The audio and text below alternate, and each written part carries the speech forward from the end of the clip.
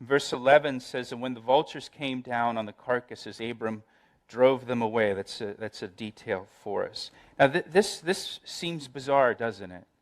Seems like a bizarre ritual, but this was actually a very common way of making a covenant in the ancient Near East. Archaeologists have uncovered and found writings from the ancient Near East that talk about this type of covenant. And what is happening here in this passage is actually pretty amazing once you understand what is taking place. So let me try to give you some understanding, some context of it. Now today, if you were to enter into a legal agreement with someone, a covenant or a contract with someone, we would have lawyers draw up papers, we would sign documents, we would have witnesses and a notary and all of that kind of stuff. In the ancient Near East, this is one of the ways two parties would enter into a covenant together. By sacrificing these animals, dividing the animals as they do here. This particular covenant here, there were different kinds of covenants. This particular covenant was a land covenant. When somebody would grant land to someone else. Again, this was very common, actually, in the ancient world, or the ancient Near East. And the way that this covenant worked in the ancient Near East is with this type of covenant, it was usually made between a big, powerful nation and a weaker, smaller nation. And the king of the big, powerful nation would offer to let the king of the weaker nation keep his land if he pledged his loyalty to the more powerful king. And the king of the weaker nation had to promise loyalty and pay tribute to the big, powerful nation. In exchange for, you get to keep your land. But in the ancient world, this was kind of like a mafia thing. Like the big, powerful king is making the weaker king an offer he can't refuse. Right? This is how we're going to do this. If you want to stay king and continue to live in this land, your land, you're going to enter into a covenant with me. And you're going to pledge your loyalty, and you're going to start paying tribute to me. Otherwise, I'll find someone else. So those are your options, right? And so that's sort of what is being pictured here.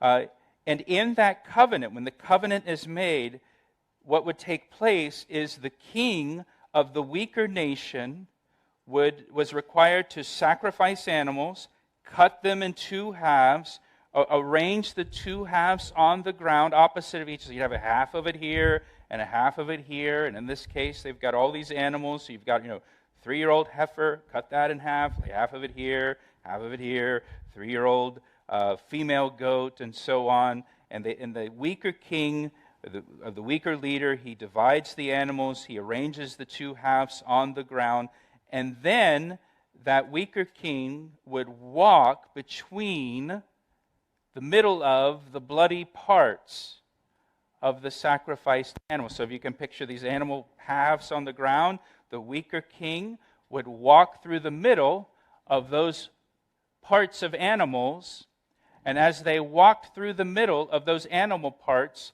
they would recite their oath to the more powerful king. Now, what is this doing? What does this mean? Well, what it means is as that weaker king walks through those animal parts, pledging his loyalty as he does it, that weaker king was communicating, and this is the important part, he was communicating, may what happened to these animals happen to me if I break my oath to you, if I break this covenant. Okay, so you understand? So that weaker king is saying, he's communicating, let this be the consequence to me if I break the covenant, if I'm not loyal to you, if I break my oath. By the way, if you're a note taker and a Bible nerd like me, when you read in the Old Testament that they made a covenant, like down in verse 18, it says that he made a covenant. On the same day the Lord made a covenant with Abram. It's literally, in the Hebrew, they cut a covenant. They cut a covenant. We have a saying today, we cut a deal. right? It comes from this. They would literally cut animals in half to cut a covenant, and then the weaker party would pass through the middle of those animal halves while pledging their loyalty and making their oath, their part of the covenant, and swearing to keep their part of the covenant. And it was like a blood oath, right? If I break this covenant, let what happened to these animals happen to me. So that's the context here. In our story here with Abram and God, who would be the big powerful king and who would be the weaker king? God, of course, would be the big powerful king, and Abram would be the weaker one. God is granting land to Abram. And in verses 9 and 10, God tells Abram to bring these different animals, sacrifice them, cut them in two down the middle, arrange the pieces. The greater one is telling the lesser one here. Abram knows exactly what God is telling him to do. He knows that this is a solemn covenant that he's entering into here with God.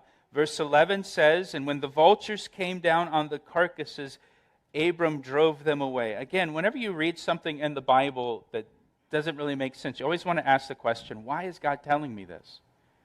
Well, in the Bible, birds quite often represent evil or a bad omen of some kind, especially vultures. So this is like foreshadowing here that something bad is going to happen. Something bad will be involved in this. Verse 12, "Now when the sun was going down, a deep sleep fell upon Abram, and behold, horror and great darkness fell upon him." So we're told that Abram fell into a deep sleep or a trance. Now, the last time that someone in the Bible fell into a deep sleep, it was Adam in the Garden of Eden. And when Adam was in a deep sleep, God made Eve for Adam. So the fact that Abram here has fallen into a deep sleep is a clue to us that something big is about to happen. God's about to do something here, something significant. And verse 12 says, "Horror and great darkness fell upon him." And darkness is mentioned again a little bit later on in the passage in verse 17. So there's great darkness here. That's also a clue for us. Remember, as I said earlier, the first audience to read Genesis are the children of Israel at Mount Sinai. When they've come out of Egypt, they're at Mount Sinai. God makes a covenant with the children of Israel. He gives them the law, including Genesis. They're the first original audience of Genesis. And we're told that when God came down on Mount Sinai to meet with Moses and make a covenant with Moses, it says God was in the thick darkness on Mount Sinai. God was in the thick darkness on Mount Sinai, and here's Abram in a deep sleep in great darkness. So God's about to show up. Just like at Mount Sinai, man, when darkness came down on the mountain, God showed up. So God's about to show up here. Then he said to Abram, verse 13, "No, certainly, I want you to be certain of this, that your descendants will be strangers." Now look what he's telling them. "Strangers in a land that is not theirs, and will serve them, and they will afflict them 400 years. And also the nation whom they serve I will judge. Afterward they shall come out with great possessions."